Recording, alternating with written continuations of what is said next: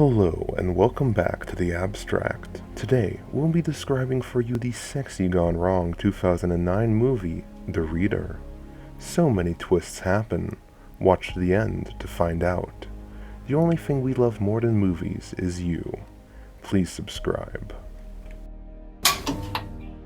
The movie begins in 1995 Berlin, where a well-dressed man named Michael Berg is preparing breakfast for a young brunette woman named Bridget, whom has stayed the night with him.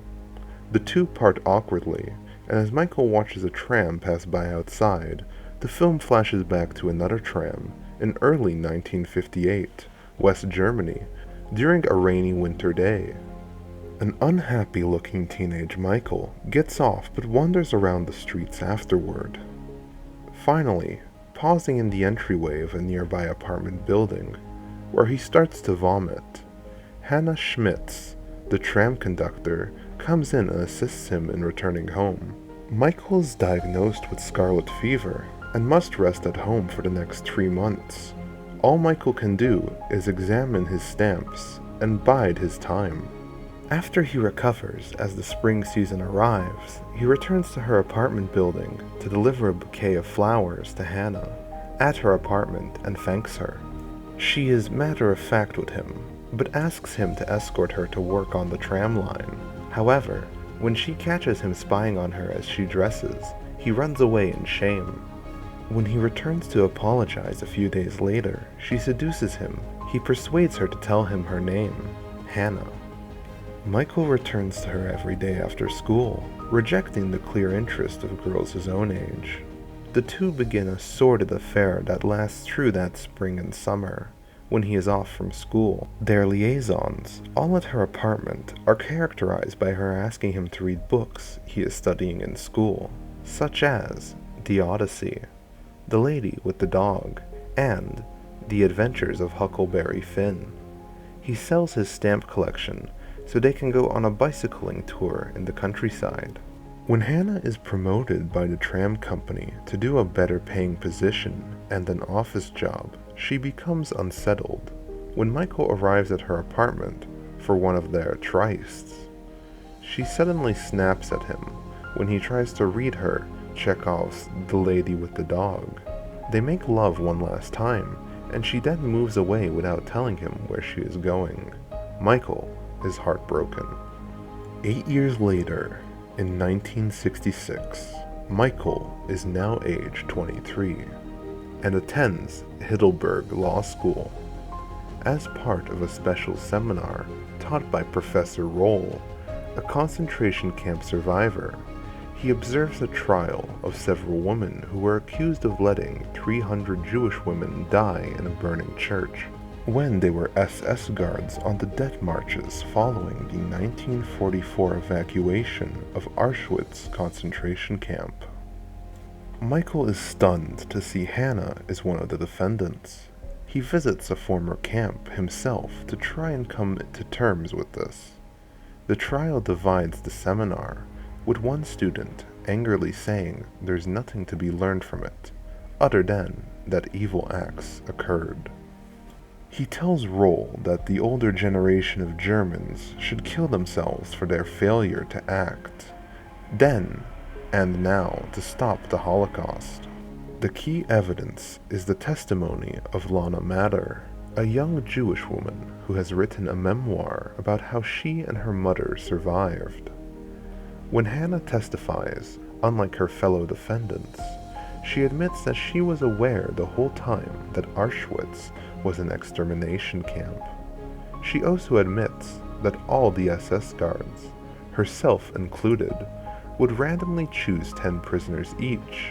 These prisoners would then be executed to make way for the new prisoners that arrive, so that overcrowding does not occur.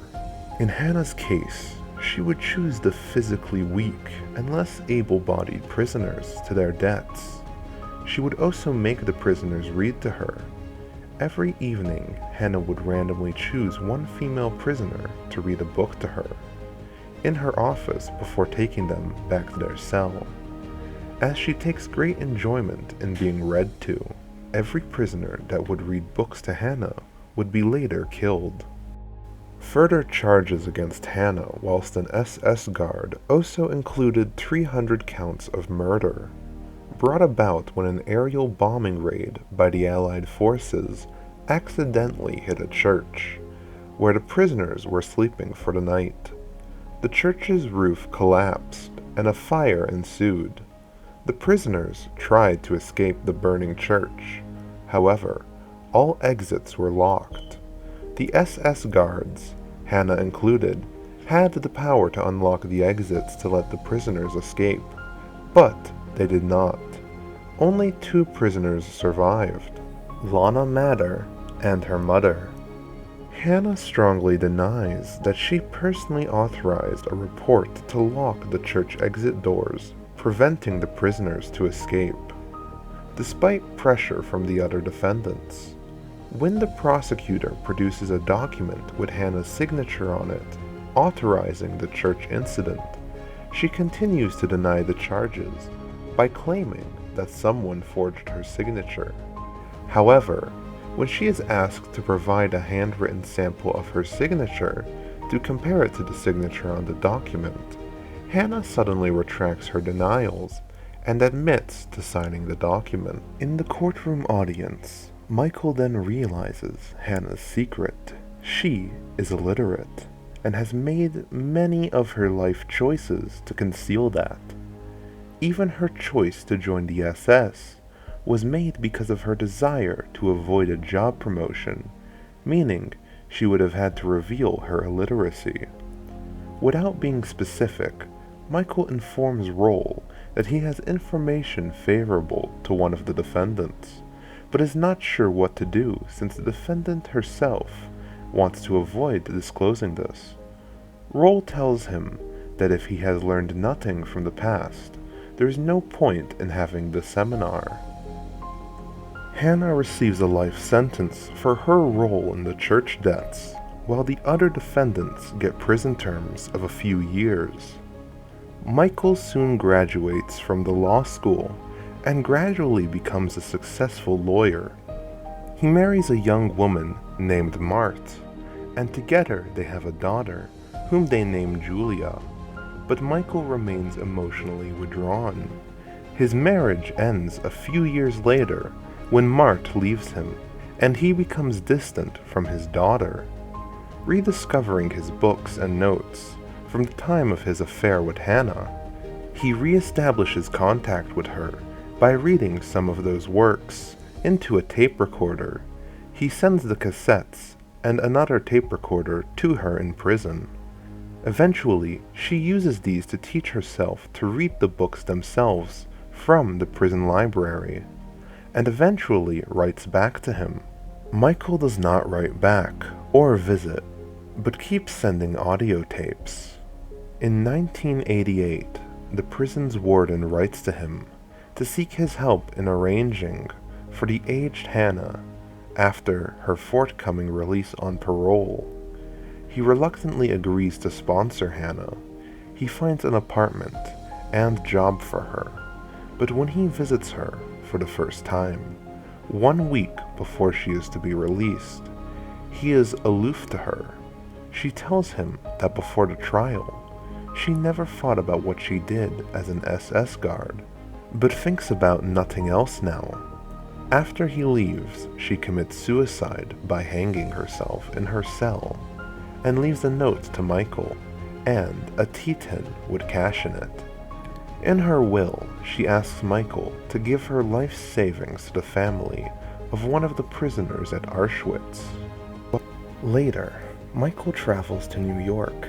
He meets Lana and confesses his past relationship with Hannah to her.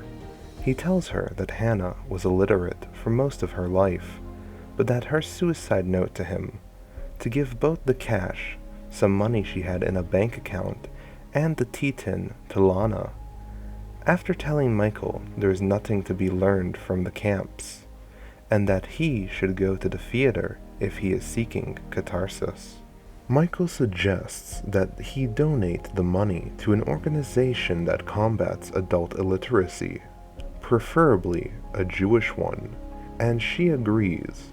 Lana keeps the tea tin, since it is similar to one she herself had owned before being sent to the camps, where it was taken from her to be melted down.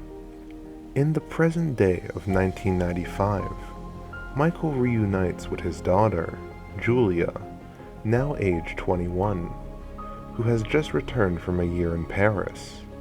He admits his failings as a father and drives her to a church that he and Hannah had visited during their bicycle tour nearly 40 years earlier. He shows her Hannah's grave and begins to tell her his and Hannah's story. Thank you for watching Movie Abstract. We hope we've helped you in experiencing this if you could not before. If you've made it this far, please help us and subscribe, leave a like, and hit that bell icon. We really need it. See you in another video, and take care.